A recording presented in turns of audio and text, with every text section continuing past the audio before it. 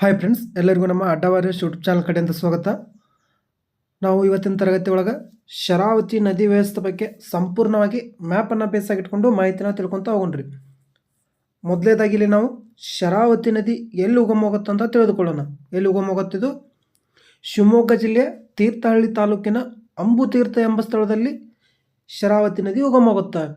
ಈ ನದಿಯ ಒಟ್ಟು ಉದ್ದ ಎಷ್ಟಪ್ಪ ಅಂದ್ರೆ ಇದು ಅರಬ್ಬಿ ಸಮುದ್ರವನ್ನು ಸೇರಿಕ್ಕಿಂತ ಮುಂಚೆ ಸುಮಾರು 128 ಕಿಲೋಮೀಟರ್ ಉದ್ದವನ್ನು ಉತ್ತರ ಕನ್ನಡ ಜಿಲ್ಲೆ ಮತ್ತು ಶಿವಮೊಗ್ಗ ಜಿಲ್ಲೆಯೊಳಗೆ ಹರಿಯುತ್ತೆ.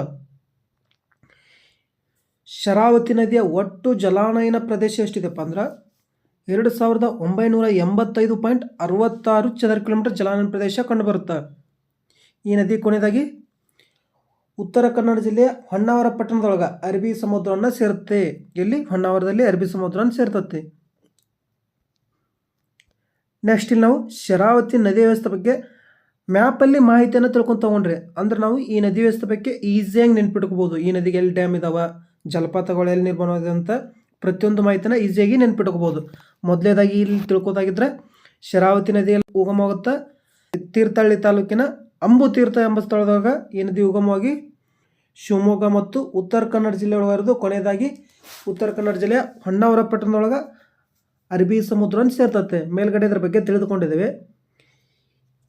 ಈ ಶರಾವತಿ ನದಿ ಅಂಬುತೀರ್ಥದಲ್ಲಿ ಹುಟ್ಟಿದ ನಂತರ ಇದಕ್ಕೆ ಸಾಗರ ಸಮೀಪ ಲಿಂಗನಮಕ್ಕಿ ಎಂಬ ಗ್ರಾಮದೊಳಗೆ ಒಂದು ಪ್ರಮುಖ ಆಣೆಕಟ್ಟನ್ನು ಕಟ್ತಾರೆ. ಯಾವುದು? ಲಿಂಗನಮಕ್ಕಿ ಆಣೆಕಟ್ಟು. ಇದಕ್ಕೆ ಪ್ರಮುಖವಾಗಿ ಲಿಂಗನಮಕ್ಕಿ ಆಣೆಕಟ್ಟು, ತಳಕಡಲೆ ಆಣೆಕಟ್ಟು ಮತ್ತು ಗೆರೆಸೊಪ್ಪು ಆಣೆಕಟ್ಟು ಶರಾವತಿ ನದಿ ಮೇಲೆ ನಿರ್ಮಾಣವಾಗಿದ್ದಾವೆ. ಶರಾವತಿಯಿಂದ ಉಗಮವಾದ ಜಲಪಾತಗಳು ಯಾವಪ್ಪ ಅಂದ್ರೆ ಒಂದು ಪ್ರಸಿದ್ಧ ಜೋಗ ಜಲಪಾತ ಶರಾವತಿ ನದಿಯಿಂದ ಉಗಮವಾಗುತ್ತಾ. ಇನ್ನೊಂದು ಬಂಗಾರ ಕುಸುಮ ಜಲಪಾತ ಕೂಡ ಶರಾವತಿ ನದಿಯಿಂದಲೇ ಉಗಮವಾಗುತ್ತಾ. ಇನ್ನೊಂದು ಕೋನೆಹಳ್ಳಿ ಜಲಪಾತ ಸ್ನೇಹಿತರೆ, ಇದು ಕೂಡ ಶರಾವತಿ ನದಿಯಿಂದಲೇ ಉಗಮವಾಗೈತ್ರಿ. ನೆಕ್ಸ್ಟ್ ಇಲ್ಲಿ ಶರಾವತಿ ನದಿಯ ದಂಡೆ ಮೇಲೆ ಕಂಡುಬರುವ ಪ್ರಮುಖ ಪಟ್ಟಣಗಳು ಯಾವಪ್ಪ ಅಂದ್ರೆ ಹೊನ್ನಾವರ ಕಂಡುಬರುತ್ತಾ, ಸಿದ್ದಾಪುರ ಕಂಡುಬರುತ್ತಾ ಮತ್ತು ಸಾಗರ. ಇವು ಶರಾವತಿ ನದಿ ವ್ಯವಸ್ಥೆ ಮೇಲೆ ಕಂಡುಬರ್ತವೆ. ಶರಾವತಿ ನದಿಯ ದಂಡ ಮೇಲೆ ಹೊನ್ನಾವರ ಬಂದರು ಕೂಡ ನಿರ್ಮಾಣವಾಗುತ್ತೆ. ಶರಾವತಿ ನದಿಯಿಂದ ಹೊನ್ನಾವರ ಬಂದರು ಕೂಡ ನಿರ್ಮಾಣವಾಗುತ್ತೆ. ಈ ಶರಾವತಿ ನದಿಯ ದಂಡೆ ಮೇಲೆ ಮ್ಯಾಂಗ್ರೋವ್ ಫಾರೆಸ್ಟ್ ಕೂಡ ಕಂಡು ಬರುತ್ತೆ. ಯಾವುದು? Mangrove forest. ಶರಾವತಿ ನದಿ ಹುಡ್ತತ್ತಲ್ಲ ಅಲ್ಲೇ ಅಂಬುತೀರ್ಥ ಸಮೀಪ ಶರಾವತಿ ವನ್ಯಜೀವಿಧಾಮ ಕೂಡ ಕಂಡು ಬರುತ್ತೆ. ಮತ್ತು ಇನ್ನೊಂದು ಶೆಟ್ಟಿಹಳ್ಳಿ ವನ್ಯಜೀವಿಧಾಮ ಕೂಡ ಶರಾವತಿ ನದಿ ದಂಡ ಮೇಲೆ ಕಂಡು ಬರ್ತಾವ. ನೆಕ್ಸ್ಟ್ ಇಲ್ಲಿ ನಾವು ಮೇಲ್ಗಡೆ ನೋಡಿದಲ್ಲ ಶರಾವತಿ ನದಿ ಮೇಲೆ ಕಂಡುಬರುವ ಪ್ರಮುಖ ಅಣೆಕಟ್ಟೆಗಳಾಗಿರ್ಬೋದು ಮತ್ತು ಜಲಪಾತಗಳಾಗಿರ್ಬೋದು ಅವುಗಳ ಬಗ್ಗೆ ಇಲ್ಲಿ ನಾವು ಸಂಪೂರ್ಣ ಮಾಹಿತಿನ ನೋಡ್ತಾ ಹೋಗೋಣ. ಮೊದಲನೇದಾಗಿ ಇಲ್ಲಿ ಲಿಂಗನಮಕ್ಕಿ ಆಣೆಕಟ್ಟು ಸ್ನೇಹಿತರೆ, ಇದೆಲ್ಲಿ ಕಂಡುಬರುತ್ತಾ? ಸಾಗರ ತಾಲೂಕಿನ ಕಾರ್ಗಲ್ ಗ್ರಾಮದೊಳಗೆ ಈ ಆಣೆಕಟ್ಟನ್ನು 1964 ಶರಾವತಿ ನದಿಗೆ ಅಡ್ಡಲಾಗಿ ನಿರ್ಮಾಣ ಮಾಡ್ತಾರೆ. ಎಷ್ಟರಲ್ಲಿ? 1964. ಈ ಲಿಂಗನಮಕ್ಕಿ ಆಣೆಕಟ್ಟೆಯ ಎತ್ತರ ಎಷ್ಟಪ್ಪ ಅಂದ್ರೆ 193 ಅಡಿ ಎತ್ತರ ಒಳಗೊಂಡೈತ್ರಿ ಇದು. ಮತ್ತು ಉದ್ದ 2400 ಮೀಟರ್ ಉದ್ದ ಇದೆ ಇದು. ಈ ಆಣೆಕಟ್ಟೆಯ ಒಟ್ಟು ಸ್ಟೋರೇಜ್ ಕೆಪಾಸಿಟಿ ಎಷ್ಟಿದೆಯಪ್ಪ ಅಂದ್ರೆ 151.75 TMC ಸ್ಟೋರೇಜ್ ಕೆಪಾಸಿಟಿಯನ್ನು ಒಳಗೊಂಡಿದ್ದು. ಕರ್ನಾಟಕದಲ್ಲೇ ಸ್ಟೋರೇಜ್ ಕೆಪಾಸಿಟಿ ಒಳಗೆ 1ನೇ ಸ್ಥಾನದಲ್ಲಿದೆ ನೋಡಿ ಸ್ನೇಹಿತರೆ. 1ನೇ ಸ್ಥಾನದಲ್ಲಿ ಇದ್ದರೆ 2ನೇ ಸ್ಥಾನದಲ್ಲಿ ಸೂಪಾ ಆಣೆಕಟ್ಟು ಕಂಡು ಬರುತ್ತಾ. ನೆಕ್ಸ್ಟು ಈ ಆಣೆಕಟ್ಟೆಯ ಹಿನ್ನೀರಿನ ಜಲಾನಯನ ಪ್ರದೇಶ ಒಟ್ಟು ಎಷ್ಟಿದೆಯಪ್ಪ ಅಂದ್ರೆ 1991.71 ಚದರ ಕಿಲೋಮೀಟರ್ ಇದೆ ಒಟ್ಟು ಹಿನ್ನೀರಿನ ಜಲಾನಯನ ಪ್ರದೇಶ. ಈ ಅಣೆಕಟ್ಟೆಯಿಂದ ವಾರ್ಷಿಕ ಎಷ್ಟು ಮೆಗಾವ್ಯಾಟ್ ವಿದ್ಯುತ್ತನ್ನು ಉತ್ಪಾದನೆ ಮಾಡ್ತಾರಪ್ಪ ಅಂದ್ರೆ 55 ಮೆಗಾವ್ಯಾಟ್ ವಿದ್ಯುತ್ತನ್ನು ಉತ್ಪಾದನೆ ಮಾಡ್ತಾರೆ.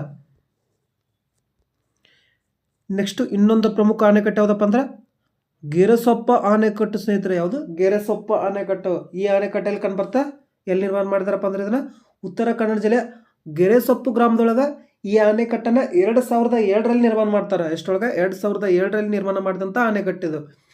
ಈ ಅಣೆಕಟ್ಟೆಯ ಎತ್ತರ ಎಷ್ಟಿದೆಯಪ್ಪ ಅಂದ್ರೆ 56 ಮೀಟರ್ ಎತ್ತರ ಇದೆ ಮತ್ತು ಉದ್ದ 545 ಮೀಟರ್ ಉದ್ದ ಇದೆ. ಈ ಅಣೆಕಟ್ಟೆಯಲ್ಲಿ ವಾರ್ಷಿಕ 240 ಮೆಗಾವ್ಯಾಟ್ ವಿದ್ಯುತ್ತನ್ನು ಉತ್ಪಾದನೆ ಮಾಡ್ತಾರೆ. ಇಲ್ಲಿ ತಲಾ 60 ಮೆಗಾವ್ಯಾಟ್ ವಿದ್ಯುತ್ತನ್ನು ಉತ್ಪಾದನೆ ಮಾಡುವ 4 ಘಟಕಗಳು ನಿರ್ಮಾಣವಾಗಿದ್ದಾವೆ. ಟೋಟಲ್ ಆಗಿ 240 ಮೆಗಾವ್ಯಾಟ್ ವಿದ್ಯುತ್ತನ್ನು ಇಲ್ಲಿ ಉತ್ಪಾದನೆ ಮಾಡ್ತಾರೆ. ನೆಕ್ಸ್ಟ್ ಇಲ್ಲಿ ನಾವು ಶರಾವತಿ ನದಿಯಿಂದ ಉಗಮವಾದ ಪ್ರಮುಖ ಜಲಪಾತಗಳ ಬಗ್ಗೆ ನೋಡೋಣ.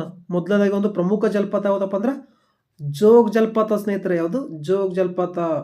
ಇದೆಲ್ಲಿ ನಿರ್ಮಾಣವಾಗಿತ್ತು ರೀ? ಶಿವಮೊಗ್ಗ ಜಿಲ್ಲೆಯ ಸಾಗರ ತಾಲೂಕಿನಲ್ಲಿ ಈ ಜಲಪಾತ ಸೃಷ್ಟಿಯಾಗುತ್ತೆ. ಈ ಜಲಪಾತದಲ್ಲಿ ಸರಿಸುಮಾರು 253 ಮೀಟರ್ ಎತ್ತರದಿಂದ ರಾಜಾ ರಾಣಿ ರೋರಾ ರಾಕೆಟ್ ಎಂಬ 4 ಇದರಿಂದ ನೀರು ಮೇಲಿಂದ ಕೆಳಗೆ ಧುಮುಕುತ್ತ.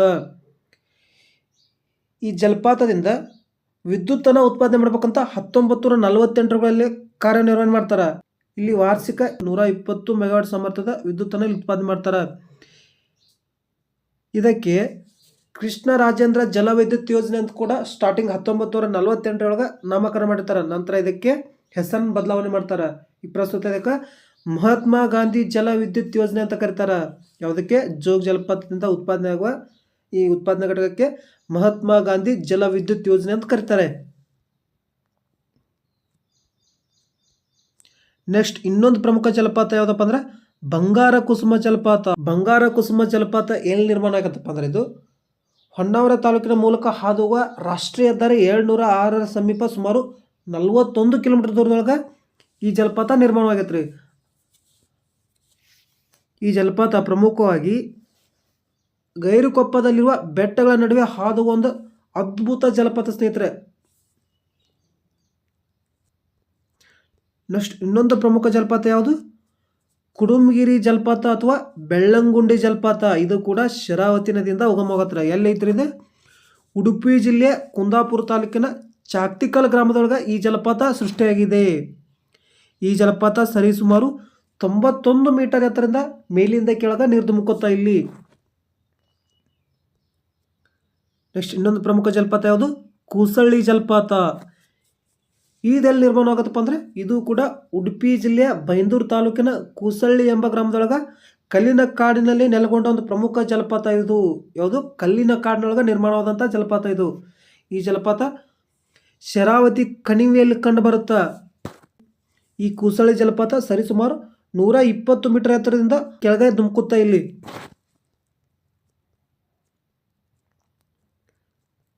Thank you friends. ಈ ಮಾಹಿತಿ ನಿಮಗೆ ಇಷ್ಟವಾಗಿದ್ದರೆ ನಮ್ಮ ಚಾನಲ್ ಆದ ಅಡ್ಡಾ ವಾರಿಯರ್ಸ್ ಯೂಟ್ಯೂಬ್ ಚಾನಲ್ಗೆ ಲೈಕ್ ಮಾಡಿ, ಶೇರ್ ಮಾಡಿ, ಸಪೋರ್ಟ್ ಮಾಡಿ. ಕೆಳಗಡೆ ಕಮೆಂಟ್ ಬಾಕ್ಸ್ ಒಳಗೆ ನಿಮ್ಮ ಅನಿಸಿಕೆ ಅಂತ ತಿಳಿಸಿ.